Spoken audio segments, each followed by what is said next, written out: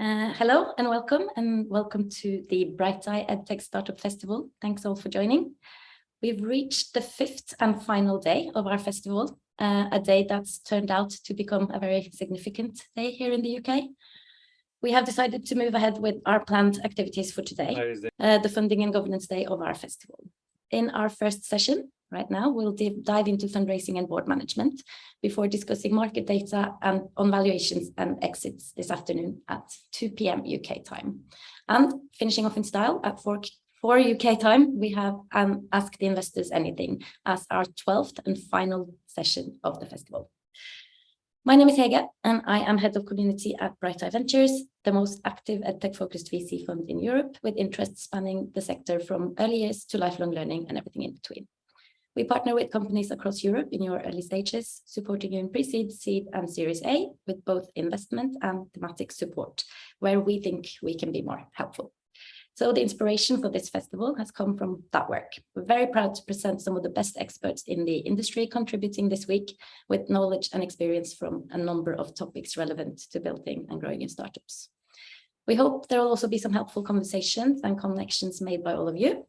Please feel free to post questions and comments to our speakers in the chat as we go along. Right now, we've got no time to lose. I'm happy to introduce you all to Jonathan Weiner, the founder of 10 Digits, an independent consultancy that provides actionable insights and hands-on support to leading EdTech entrepreneurs.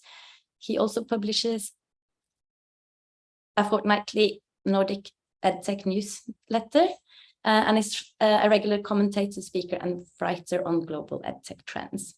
Joining Jonathan, we've got our very own Ben Verse, partner at Brighteye. We have Ronak Sabarwal from EY Parthenon. We've got Johan Brandt from We Are Human, also known as co-founder of Kahoot. And we have Ariane Comon of La Solive. So that's enough from me. Welcome, Jonathan. Thank you, Hege, for that brilliant introduction. And thank you, everybody, for joining us today. We have a shortened but brilliant session lined up for you on funding and governance. And we have, as Hege has already mentioned, a brilliant, two brilliant keynotes and two fantastic panelists to join us. So the format will be our two keynotes. I'll then bring together our two panelists before bringing Ronak and Ben in for final comments before we aim to finish at about 5 to 12 to give everybody time to join the remembrance services that begin at 12 o'clock in the UK this afternoon. So without any further introduction, we will crack on. Can I just, one final note, Hege has mentioned the role of the chat. Please, if anybody has any questions at any stage, then please populate them into the chat. They will then be an invaluable aid to our discussion when we get to talk to the panelists after our keynotes. I'm not going to introduce the keynotes. I'm going to ask them to introduce themselves. But I suspect our first speaker, to anybody who has engaged with Brighteye, probably needs very little introduction. But I will ask him to give a brief introduction before he begins his keynote. So Ben, if you can give a brief introduction, and then the floor is yours. Thank you very much. Over to you. Great, thanks, Jonathan. Yeah, and welcome everyone, and thanks to all the panelists and presenters for participating today. My name is Ben Wers. I'm a partner at Brighteye, which I helped found about 5 years ago with Alex Latsis, and so. Like many of you who are founders on the call, I have, I think, what people think of as my job, which is just listening to pitches all day and maybe occasionally saying yes, but the actual job is actually a combination of raising money and management and a bunch of other things. And among those is serving as a board member. I think I'm on eight or nine company boards at this point, and so happy to share some wisdom about that. I think there's I have a presentation which I've prepared, but as Jonathan said, anyone with questions, please feel free to jump in. I'll try to put this in presentation mode so you guys can see. So this is just sort of a brief overview of how to think about boards, and then hopefully we'll have more time for panelists and Q&A. But essentially, the first question is, do you actually need a board? We invest primarily in early stage companies, so pre-seed through Series A, and obviously those companies continue to grow. I would say at pre-seed, there actually is no need for a board. At seed, honestly, it's still questionable whether you need a formal board or not. By Series A, you almost assuredly do, and by Series B plus, you really won't have a choice, even if you got to that point without one.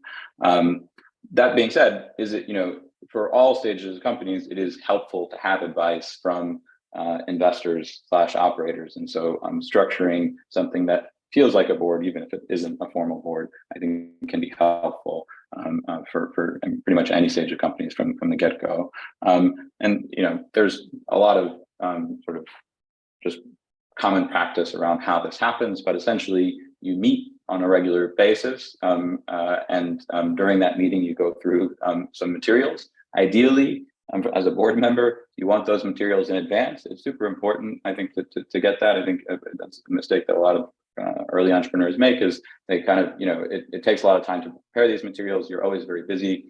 You sometimes have to do it at the last minute. And what happens is the meeting itself isn't as productive because nobody's had time to absorb the materials. So ideally, that happens at least 24 hours ahead of time. And then, the board or the group itself is composed of either a combination of investors and advisors. Normally, honestly, seed and Series A boards are composed strictly of investors, rather. So you have to be really careful about who you're picking, because that really is your board. And funnily, at the very early stages, you can have advisors who play a more key role because you don't have a formal board at that point. So you have a little bit more choice and flexibility. And once you get to Series B plus, you can add members to the board who are strictly operational, and who can provide a lens that investors may not be able to. And then in terms of what's actually in the material that you share with the board, good is, so the thanks for your help is at the end of every board meeting, or even in between meetings, you're asking your investors / advisors for help.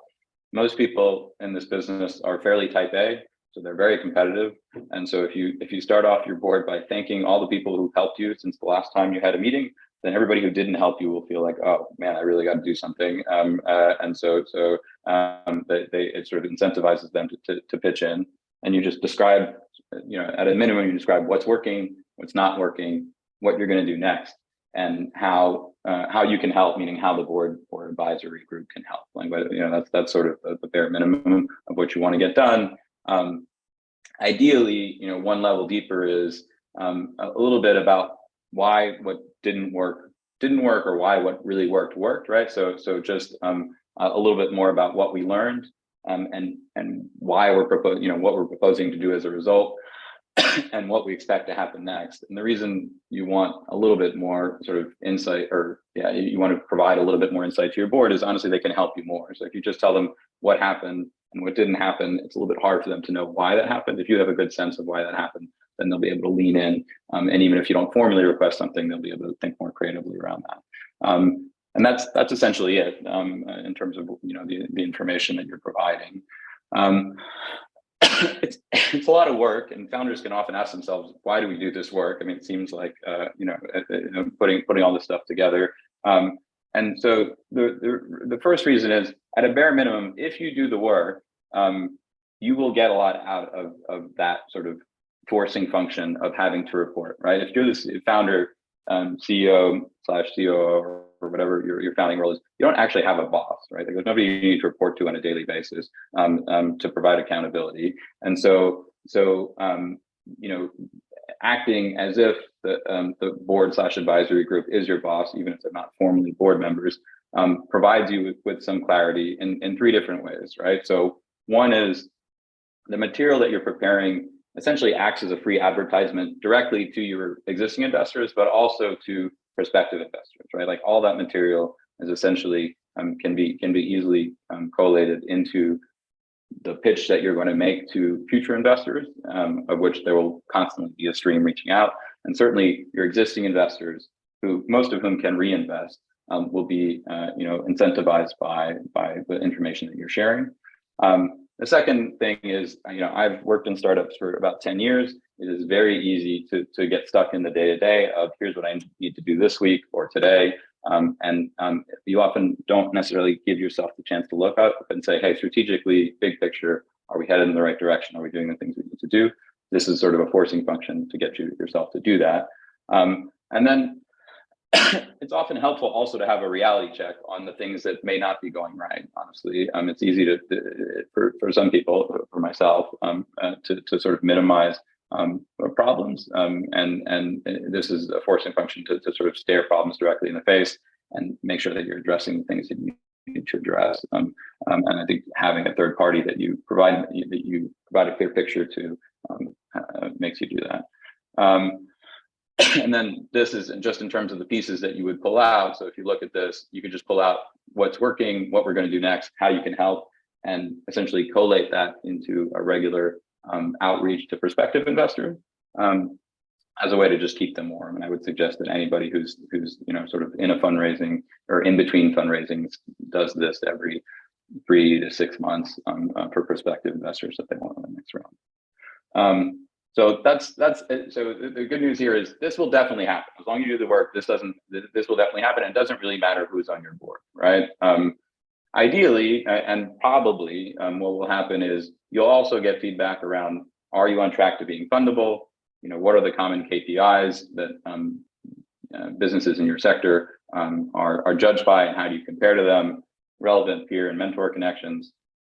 Ultimately, when you're on track or when you're actually in the fundraising process, investor introductions, and then key contributors. The other way to use these board meetings is if you have key contributors, particularly later on, that you want to recognize inside of your company. So let's say your chief marketing officer has done a really good job.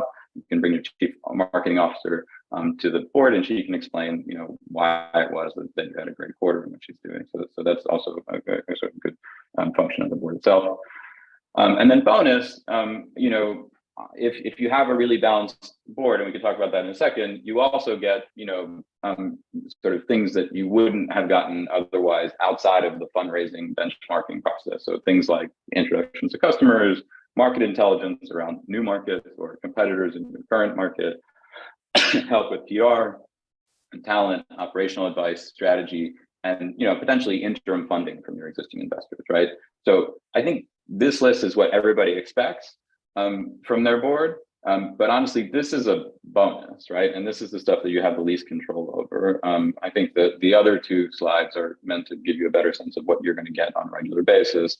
Funds like Brighteye are built as sector-specific funds to help with some of these, because we're sort of focused on the sector, potentially have more relationships among potential customers and more intelligence in the market. But honestly, even for us, we don't always provide this every meeting, right? So this is stuff that is sort of nice to have, and if you build a balanced board, you can get to, but it's not a given for sure. So then what to look for in advisory and board advisory members.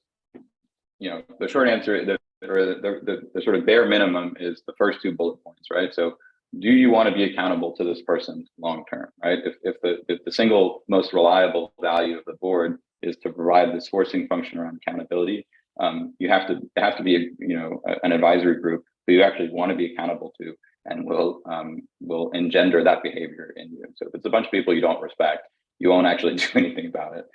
Ideally, it's a bunch of people that you respect and who you think can add value, and that sort of provides you the incentive to do it. And then, again, bare minimum, when you put this group together, you want people who can guide you to your next fundraising. And so if you don't have that group around you at any given point, you should do what you can to try to build that. And then these other questions you should ask for, can they open doors to clients? Can they help you recruit? Can they provide operational advice? Do they plug holes and gaps that you won't be able to internally? Ideally, that's the sort of higher level of the board, and that's when you start expanding your board. And you say, hey, we have a great group of investors. They really help us with the fundraising process. Maybe they're really good at providing introduction to clients. They can't give us any insight around marketing or pricing or international, and so we need to bring some specialized advisor or operational expert to do that. And then And then, the last thing I would always recommend, particularly for investors, is do they, when investors are part of the board or advisory group, is do they have a track record of conviction? Do they actually step up and help companies when they're in trouble, which is ideally what you want, and that's something that you can do some due diligence.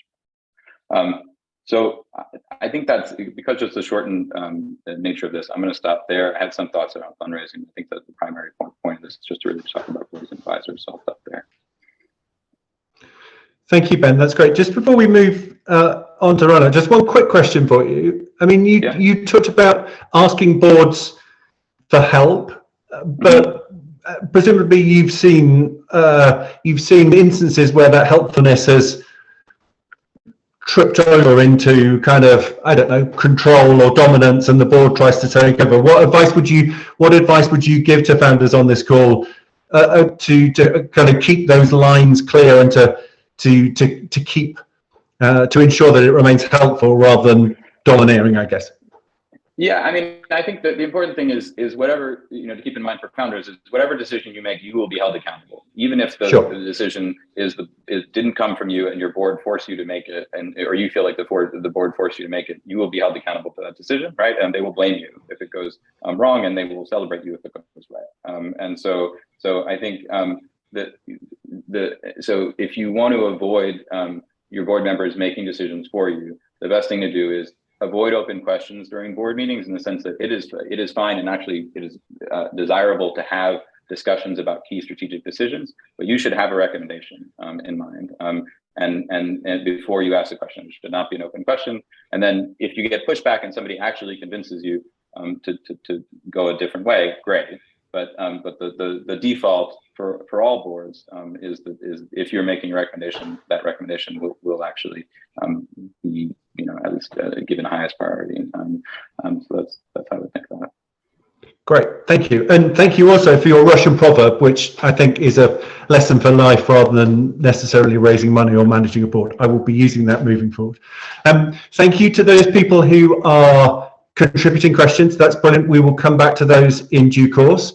I'm now going to jump over and ask Ranak from EY Parthenon to take the stage and to deliver his presentation. And Ranak, if you could begin with just a brief introduction to you and your work, that would be incredibly helpful for everybody, I'm sure. Over to you. Thanks very much. Super. Thanks, Jonathan. Morning, everyone. My name is Ranak. I'm a partner at EY Parthenon. For those that aren't familiar with us, we're basically a strategy advisory firm, and I specialize and spend all my time working in the education and edtech sectors, both with investors who are looking to deploy capital in education businesses, as well as operators to help them think about, in particular, growth strategy. So I'm a consultant, so similar to Ben, I do have a couple of slides that I'll use to kind of run through in the session. I think there is a bit of overlap, given Ben has comprehensively covered how to think about boards, but what I'll try to do is maybe just add on to some of the discussion points, and then we can sort of take it forward from there. And please bear with me while I figure out how to share my screen. There we go.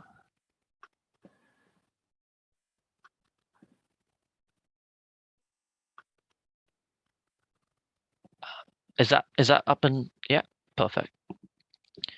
Super. So you've seen a little bit of this content before. So this is just really, to think about how the board evolves over a period of time as your startup scales.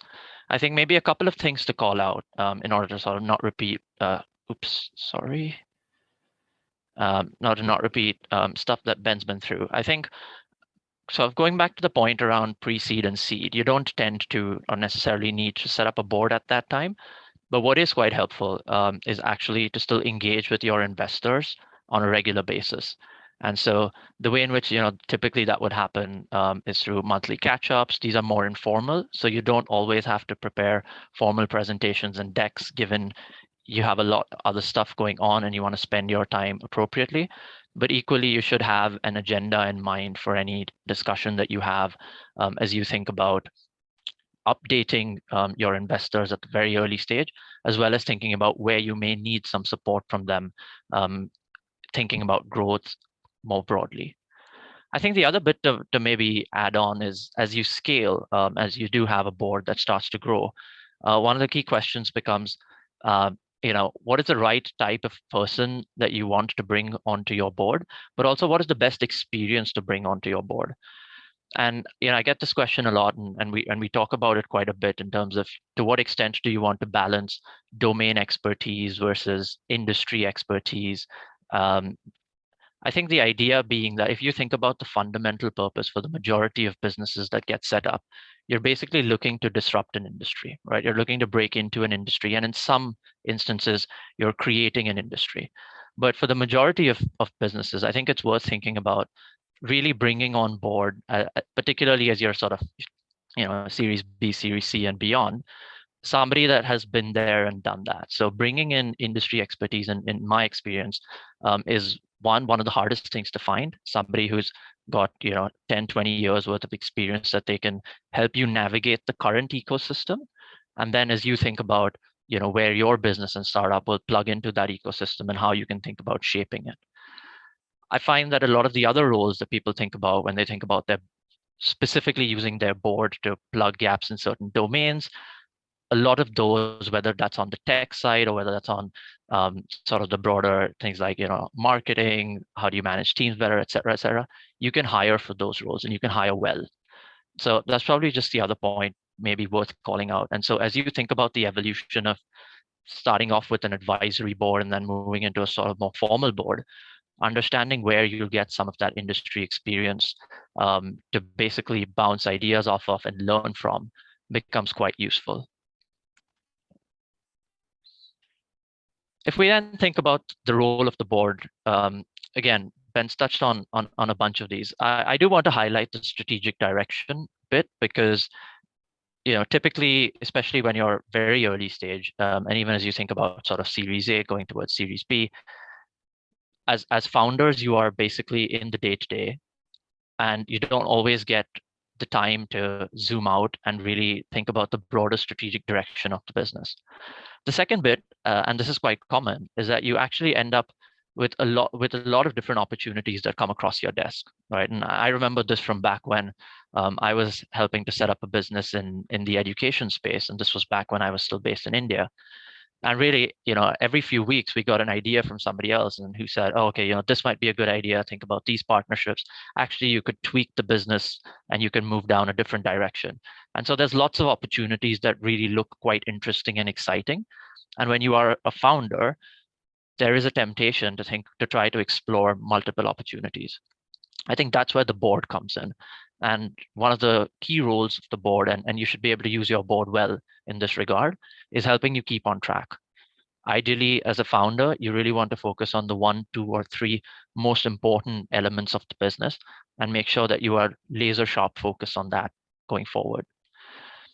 Capital markets is essentially all about fundraising, and then as you get bigger, to help you think through decisions around potential M&A. Senior executive personnel management, I think that's an interesting one, sort of going back to Ben's point around accountability, right? Your board will hold you accountable, and you want a board that will hold senior executive members accountable, particularly as you scale. And then maybe just to touch upon the last one a little bit on corporate governance. As startups scale, and then this is again, kind of Series C, D startups, you would have read, and there tends to be a fair amount of negative press sometimes around governance in startups. Startup, whether that's senior executives, founders, et cetera, where there's irregularities and things that are going on. And so it is important to remember that eventually the role of the board is also to ensure that there are the right governance practices in place. And you want the board to hold the management team accountable for that. So do think about that as you think about building the board, and then understanding what their role really is. And maybe the last bit to touch upon is how do you think about engaging with your board, and how does that typically evolve as the business grows and scales, right? And so when you are relatively early stage, I think the majority of the discussions focused on what's working and what isn't, including customer feedback, right? You deep dive around what is it that customers are saying, what is it that they really want, and how does that translate into the product and the product roadmap. And so when you're relatively early stage, you can use sort of a lot of your board discussions to focus on those aspects, and then think about the broader team and org structure. So are you able to hire and bring in the necessary people that you need in order to take you from where you are to where you want to be? Once you achieve product market fit, and as the business starts to scale, what you'll start to see is that the board conversation will start to move away from kind of the product and the customer and focus a bit more on some of the key KPIs. Again, going back to what Ben was talking about in terms of why it's important, both a combination of you really understanding your business, but also it's very helpful from a kind of future growth and fundraising perspective to think about where you are in that journey and whether you are displaying the right metrics off of which you may want to go out and raise capital. And then the last bit, of course, is really spending time thinking about what the runway is in terms of cash, how do you need to think about funding, and we've touched upon the strategic priorities. I won't spend much time talking about the advisory board element. I think Ben introduced this as well. I think the idea, though, is that as you think about a formal board of directors, it's also important to think about, especially in the early stage, how do you surround yourself with people that you can really learn from, people that can provide you with the right mentorship that you need through the journey, and then where is it that you can maybe leverage some of those individuals, whether that's customer base to get introductions, to raise potential investment, et cetera, et cetera. So do think about constituting an advisory board, even in an informal manner, relatively early on in your startup journey. Why don't I pause there and hand over back to you, Jonathan? Thank you very much. That's brilliant. Can I just ask one question before we go to the panel? You talked, I think, in the beginning of your presentation about expertise, about industry expertise.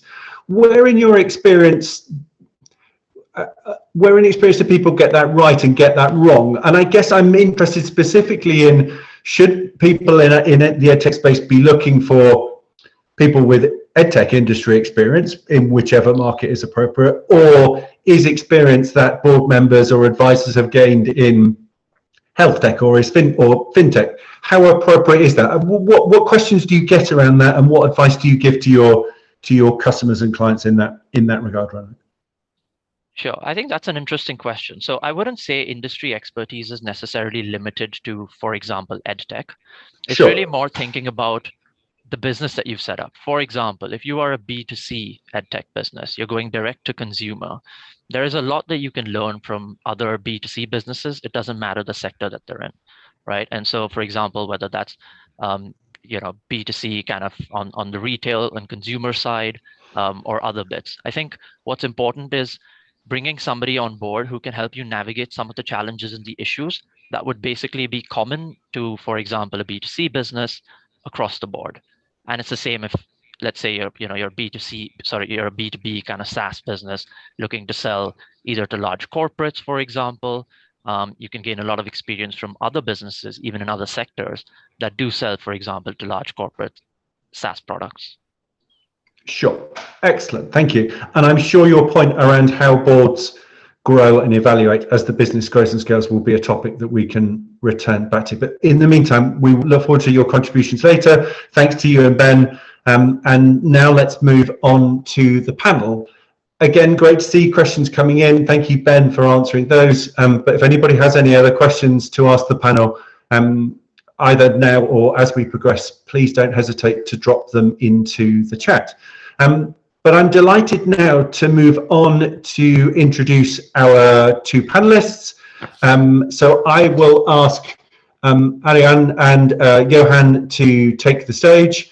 And let's just begin by asking you both just to give a brief introduction to the work that you're doing, the organizations that you work for, and I guess if we can give the audience a sense of where you fit into on the kind of seed plus scale, that would be really useful. Ariane, I'm going to ask you to go. I'm going to ask you to go first, if that's okay. A brief intro, and then we'll move into questions. Absolutely. So my name is Ariane. I'm the founder and co-founder and CEO of Les Olives.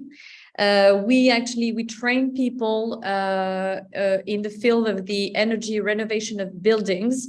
As you may know, the buildings are the main sector that for energy consumption and greenhouse gases emissions. So basically, it's top priority in all European countries to reduce these emissions. And the problem today is not funding, it's not the fact that people want to engage in this kind of renovations, it's the lack of skilled workers to work in this field. And so we created new formats, new boot camps to train people for this type of works using Edtech and a new approach to practice also of the skills. Amazing, thank you. Johan, a brief introduction from you, please. Yeah. I am, it's hard to describe what I actually do, but I'm a founder that invests, I guess, at the moment. So I started after a career in comms and advertising a company called We Are Human in 2010. Its ambition was to start companies within health and education. This led to what we're most famous for starting, which is Kahoot, which I was CEO of until 2016 and left after being strategy director in 2017. Then I wanted the new stuff. Then the company was in administration about the IPO. So that was Series B, was my last thing there, getting Microsoft and Disney on board. Then I have now built up We Are Human with my co-founders from, a couple of co-founders from Kahoot and some operational staff from Kahoot, to become a company that invests. We have done 2 funds, our own money, and then we start companies in Edtech, in property, city development, and in ocean technology. So behind me, you see one of them. Yeah, but we invest our own money, co-invest, and build companies. So I guess that gives me an easy first question, Johan, to you, if you don't mind. You've obviously been a founder, and have worked with boards who've been overseeing your work. You're now presumably a board member overseeing founders and their work. Just tell me about the 2 different sides of the experience, and I guess also what being a founder brings to your work as a board member in the companies that you work with. Yeah. Since I'm also a founder that invests, means I am very difficult because I'm an investor in companies, and then I am also working in the company, which confuses some of our partners who are not used to this. It's more common, of course, in the startup world. But I'm also a board member of a couple of our investments. I tend not to be a board member in our investments for many reasons, because we're quite active advisors anyway, and it's something to do with what role you can play best. And I think the other one where I've been asked to be in boards where there's already 2 founders present, I bring the founder perspective, and I don't think you need more of that. So then I prefer to have someone else coming in, instead offer myself to spar with that person so they can bring that perspective in. And I have to say, there's one advice I would do is to set up board members and advisory around the board member. Because there's actually some people are better at working the board but might need the expertise around them. So I think that sometimes is overseen, how to actually make your board members better, which is what I do offer myself. Brilliant. Ariane, just describe your experience in terms of, and you're obviously probably at a different stage to Kahoot and some of Johan's interests and experience. Just describe how your experience with setting up your board has gone, and any lessons that you can share with members of the audience today. Yeah, absolutely. So yeah, basically, I definitely have less experience than Johan with that. So what we were thinking, so basically we just raised our seed round, and so we just set up our board and structure our processes of what we expect from the board. Basically, we really wanted to have people from the industry, and as I explained, we are both an edtech startup, and we run on a market that is energy renovation. So basically, at first, I thought, okay, we need someone that really understands the education business and is a founder of a successful education company that actually used a bootcamp. We found actually the founder of the most successful bootcamp called Le Wagon that accepted to be part of our board. And so that was pretty natural. And then I thought, okay, I need to have someone that really understand my my field. And I thought about people who actually were very had a good experience of it. And then I realized that if I named this person in my board, they would know all of my client type, and they would have to, although they are potential clients, and it could put me in a very difficult situation. So in the end, I decided that we don't take on the board someone that actually really knows our industry, to answer your question before, because I don't see how you can have this person without having problems with your potential future clients that can be competitor of this person. Instead we decided more to focus on people who had experience in company building, and could really help us take perspective and build our funding strategy and challenge us on the KPIs. And I really took notes on all the other things I could expect from my board to structure that in the future. One of the early questions we had at the beginning of the session was a question about culture. Aaron, I'll ask you, and then Johan, come over to you. You've talked a little bit there about the different experience, the different background of board member that you were looking for. But the question is also, I think it's an excellent question around cultural fit. How important is it, or was it for you, that you found board members who believed in your mission, believed in your vision? How important was that for you? What advice would you give to the person that asked that question? Yeah, actually, it was more, it was even like a prerequisite for all the investors that we took on board a few months ago. The first prerequisite was to be fully aligned with our project and with our values. And we intend to become a B Corp, and I think it's very important to us. So we really don't want to have on board someone who's not aligned with this objective. So, and the thing is, how do you test that beforehand? So either you already know the person, for example, the first best person that I mentioned that we took on the board, we met almost every month for a year before, and he actually challenged us, and he gave us a lot of tips. So I'm very confident that he's going to bring value. And I think it's really important to be very at ease and to trust the people that you're going to have on your board. So this is the easiest way to test the cultural fit. I think being aligned on the values is probably the cornerstone of bringing someone in. Yeah, what's your perspective on the question? Yeah, I'll use Kahoot as an example, because that was a very difficult board exercise over time. I think there's a couple of things that is with culture. One thing I took with me, which we now do, we're human, which is we only invest in companies where we could see ourselves working or being friends with them. So if we don't see ourselves working there, we'd like to be friends with the founders. So either one has to be there. But what happened in Kahoot, we liked every board member as people. I still do. I respect them as human beings.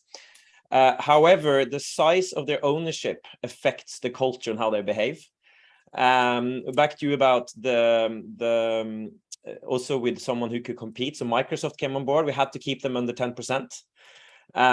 They also got offended when we had Disney coming on board, who offered a lot more to us in material value. So then all of a sudden you get conflict between them because someone is envious, and then you have some investors with a big part of the cap table, and then they behave. So actually creating a culture that's more than just the human beings, but actually getting them to behave. And then I think the last bit about the culture with the board is, we built a very unique culture in our company. We tried to do something that hadn't been done before. As being a social company in education that was monetizing in business, trying to have those different people in the room as well, seeing the whole spectrum, we failed.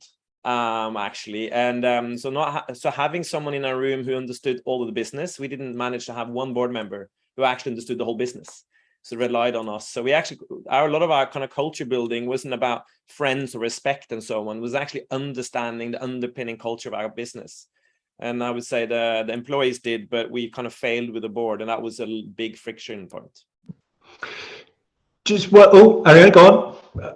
Actually, I wanted to take the advantage to ask a question to Johan, because I have this question on whether in any company you can really expect from your board to know your business better than you do, and if it's not over expecting from your board to know that much your business, isn't your task to actually try to acculturate them to? Yeah, I really think it depends on the business. We created a company at Kahoot, which I'm very proud of, that hadn't been seen before. It looked like many things, but actually once you get under the hood, it was completely new in many ways. And because it looked like something else, people didn't really take the time. I'm in the board of a couple other companies which are more industry direct, and I think us as investors, we know the industry really well. We understand all of it. The founders are serious entrepreneurs, so there's really about. It's really kind of results-oriented board, and is very deep like that. So I think it's like both. I'm in another company where I don't hardly understand what they do, but my role in the board is to be founder-friendly, to build culture and try to understand. I mean, there's this really deep science stuff and with materials technology, but it's not. I don't have to understand the underlying stuff, but I have to understand application later on, and I have to understand dynamic of the board, which is a big part of my stuff, actually culture. So it's a bit. I don't think it's one size fits all. Yeah, and just one question. I guess you're probably uniquely positioned across Europe to be able to answer this question, but both Ben and Ronak talked about how the relationship between the company and the board, or between the CEO, the founder, and the board changes as the company grows and scales. You've hinted at this, I guess, already, but can you just give everybody a kind of snapshot as to how your relationship with the board at Kahoot changed as you grew and scaled to the business that you then left, I guess, relatively recently? Yeah, I mean, you in the beginning, you're almighty when you control all the shares and you are the CEO, and your other founder in the board is, a CPO or CTO or something. So in the beginning there, it's the need for cash that controls your relationship with the board or to show metrics and so on. We were lucky early on Kahoot that we had really good metrics, but we didn't make money. So even though we controlled the company in every aspect, you were still answering to, someone that owned 20% of your company, but you also had the force to say, okay, next quarter I'll show you, or in half a year, give me the time. And I also joked to them saying, hey, it's volunteer to invest in us. I'll find someone else. But we did actually a little bit stupidly to probably treat the board a little bit arrogantly. And as we raised money, we lost less of the control of the shares, and of course the power changes, and then your relationship changes, and all of a sudden you're getting dictated at some point. So I would say that the failure of the board was we ended up with a bit of a competition, both between investors and us, where maybe they didn't have the voting power, but they said, okay, we won't recommend more investment. So you end up kind of internally fighting over strategy and other things. So that was a failure that I've taken with me to other boards. It's a lot for me as a founder to also make sure I manage my board correctly and doesn't allow it to happen.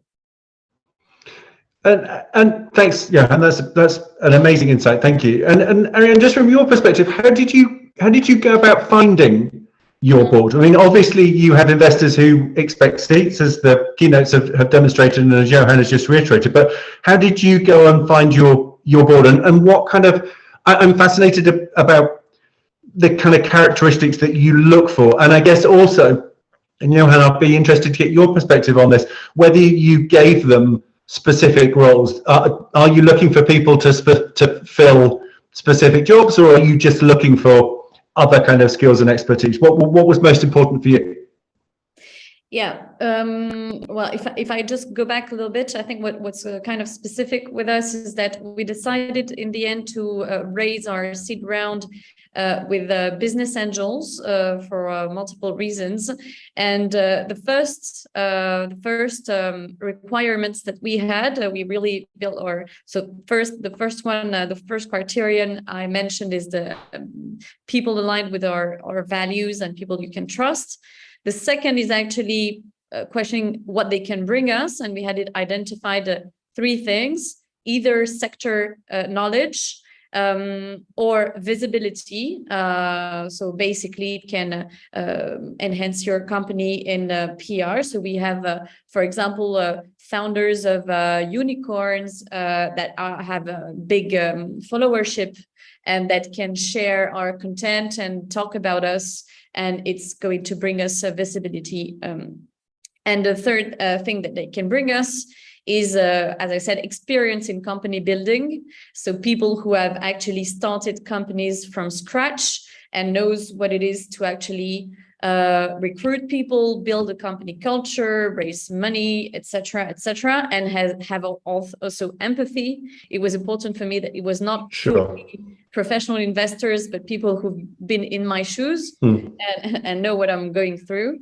And a very last thing, but it's more around, not specifically on the board, but for all investors, when you raise with business angels, for me, that got really important was to know that it's for everyone. It's not their first investment, but and they are completely ready to lose the money because you need for people not to be really safe. And for example, we had to, in the end, push aside some people who were recently retired and had a lot of time and were really wanted to know a lot of things every day and would call you every day. So this is basically how we managed to do. And the one we actually took on the board were people who had this, who were really confident about our the value and the business of the company. I think the one that understood the most what we were doing, either because of their own experience or because I felt during the discussions that they understood very quickly what we were doing. And the third thing is that it's only people that actually brought me value very early, either by putting me in contact with very interesting people or help me on the recruitment, which is like few. Johan, for you, how did you go about finding your first board and making sure you had the right people in the right slots? Yeah, I'll say just one of the things I then have done in the past based on this is being elected in by founders, one of their founder seats with a very specific task and maybe only going to serve for half a year or 6 months, or a year, to, for example, flip something around, go through something very difficult, having someone who can actually say all the tough things to all the investors and be a bit of a force. So getting that type of role has actually been quite interesting. What we did early in Kahoot, those we could choose, because there's one problem: investors want the board seats, so you have capital people sitting there. No offense to Brighteye, but it's sometimes a problem to having someone there sitting watching their money or the LP's money. That was a big problem in Kahoot. All due respect to Crandom and Northzone and so on, but there is a problem in an active board early on to have someone who's not industry experts, and their role becomes capital. But the now CEO of Kahoot, he was our second external investor. He understood something nobody else understood, how to monetize businesses. So we wanted him because of his way of built the business himself, monetizing companies into a company who people didn't understand that's what we're going to do. And hoping he would fall in love and maybe in the future be an asset in a company like CEO, which is now is. He's the IPOing CEO of the company. So actually also recruiting to the board people who could take roles in your company when you're larger, where maybe it's beyond what you have. But so I think that's a really interesting one. Also, one of the things we did where we could select was to get observers. So one thing from Microsoft and Disney and so on, maybe someone who's more product oriented or something like that. And then what we did as founders, having 2 seats, we gave 1 seat up to the first external, which I was annoyed that the others didn't want to do. He became the longest serving board member, could also been the CEO. But he's now joined We Are Human instead. So he was the founders guy for a long time, and was extremely valuable because he was fighting for culture, he was fighting for the things that easily get forgotten. And I think that was one of the things we realized as we were scaling. You need someone who has the voice of the original stuff. Of course. But they can't be the founder. Ben and Ronak, if I can invite you just to join us for a final couple of questions. Just building on Johan's points, you both touched on the importance of building a balanced board. Just give us your perspective, just based on what you just heard from Ariane and from Johan, just give us your response to those and your thoughts on how founders might sensibly go about doing that. I'll try to be real brief, but I think I don't disagree with anything I heard. I think, and obviously they're one less degree of separation away from this than I am. I think you need, the investor's perspective is that we add a lot of value. I mean, ultimately, right, we're all egotists, and so, but I think it's actually, it's quite right to say that actually a lot of the value we add is around fundraising, either future or perspective, and you shouldn't expect a whole lot of operational value from your investor board members, right? Sometimes that happens, but ultimately that's quite infrequent. So if you feel like you need either somebody who can ultimately step in as CEO or somebody who's going to open doors for clients or whatever it is, and you want that role in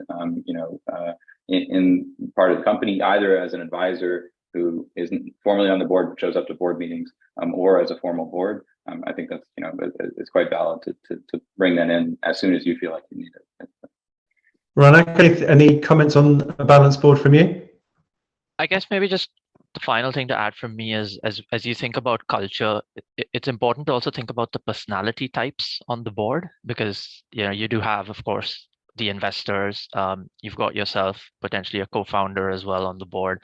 So you think about bringing in sort of an external independent board member. So what's really thinking about what type of personality you would need based on what you understand about everybody else that sits on the board. Whether that's, some people would work better with somebody that thinks like them. Some people would work better with what I would call a critical friend. I think that's maybe the terminology I would use as you think about the personality for that individual, because that's really, in my opinion, who would sort of bring the best balance to the rest of the board that you've built as sort of through your funding rounds. Okay, given the time, I'm going to ask you all for kind of one final piece of advice that you would give attendees on today's call about building a great board for their business going forward. Just looking at a question which has just popped in around diversity, if you could address that as well. So two quick questions. Thoughts on a diverse board as well as a balanced board, and just one top tip to give people listening about forming a great board for their business moving forward. Well, I'll ask you first, and then Ben, I'll come to you. Sure. I think so to not repeat a lot of what's already been said. I think the point around diversity is super important. I think there's a part of it that you can control and a part of it that you can't control. And so part of it is also how you think about fundraising. And I know that the VC industry in particular, diversity is top of mind and top of agenda. So I do think sort of there is a balance in terms of how much you may be able to influence versus the needs of the business, the funds that you may need to be able to raise, and a lot of the expertise that we talked about already in terms of constituting and building out that board. So yeah, I guess the piece of advice I would give is kind of going back to my critical friend example, is that, I would say don't be afraid to bring somebody in externally who isn't very much like you. I think that's, we tend to have certain biases and gravitate towards people with similar personalities, similar backgrounds, etc. But it's worth, being open on that front. Brilliant, thank you. Ben, a thought on diversity and a final piece of advice for people? Yeah, so statistically, diversity is absolutely what you want on your board. There's all kinds of research that shows, groups that are diverse just perform better. Practically speaking, that may be difficult to achieve, right? Because VC is dominated by white males like myself, and you get a lot of that, unfortunately. But I think it's important to do what you can, and I think if you bring it up vocally, both your investors and your independent advisors will obviously will be more likely to build diversity in. And then just in terms of, one really quick piece of advice in terms of what you want somebody who's unflinchingly honest. Honestly, more than somebody who's you get along with, you want somebody who is going to be honest with you. And so if you had to choose between the two, I would choose somebody who's a little bit of a dick but is honest is better than somebody who always tells you what you want to hear. And that's really hard to find, but that's kind of what you need. Ariane, I'm going to ask you for your thoughts on diversity and your final piece of advice to attendees. Well, I don't know if I have a piece of advice, but it's I'll just say that in my previous life as a consultant at McKinsey, I worked on a report that's called Diversity Matters, and that shows exactly the effect of diversity in excos and boards on the results of company, and so I really have that in mind. But I'm not going to give an advice, but I'm going to share thoughts that I have. Is that it's very difficult, I think, at the beginning of a company to bring in diversity, because it's always easier when you're with people alike to go fast. And this is one of my thoughts. So how can I bring diversity? And I think starting with the board, it may not be a bad idea, because it's what avoids blind spots that you can have when everybody's alike. So I'll try to think about that. Brilliant, thank you. And Johan, a final word from you on diversity and a piece of advice on forming a high-performing board. What advice would you give? Yeah, it's the same answer to both. You should be ahead of the game. You should start thinking about board members, as you form your business, and to be honest, also kind of groom them. But also, if someone are inexperienced, make sure that maybe they get experience, maybe they get mentored to someone, so you have them on board. Then it's also, I think, it's easier to have diversity in the board, which is critical to have exactly the overview you need. So if you don't have that, you don't really have a board that's effective. Huge thanks to everybody. I think we've just finished just before 12 o'clock UK time. Mike, apologies. I think we've, in the circumstances, have run out of time to answer your question, but we will pick that one up and try and come back to you with a response to that separately, either Hege or I will come back to you with a response to that. But in the meantime, it just leaves me to thank Johan, Ariane, Ronak and Ben for participating today. Thank you, Hege, for organising and doing everything in the background. Thank you to everybody for attending. Enjoy the rest of your day and have a great weekend. Thank you very much indeed. Thanks, Jonathan. Thanks Thank all. you all. Bye. And thank you, Jonathan, for expertly guiding us through.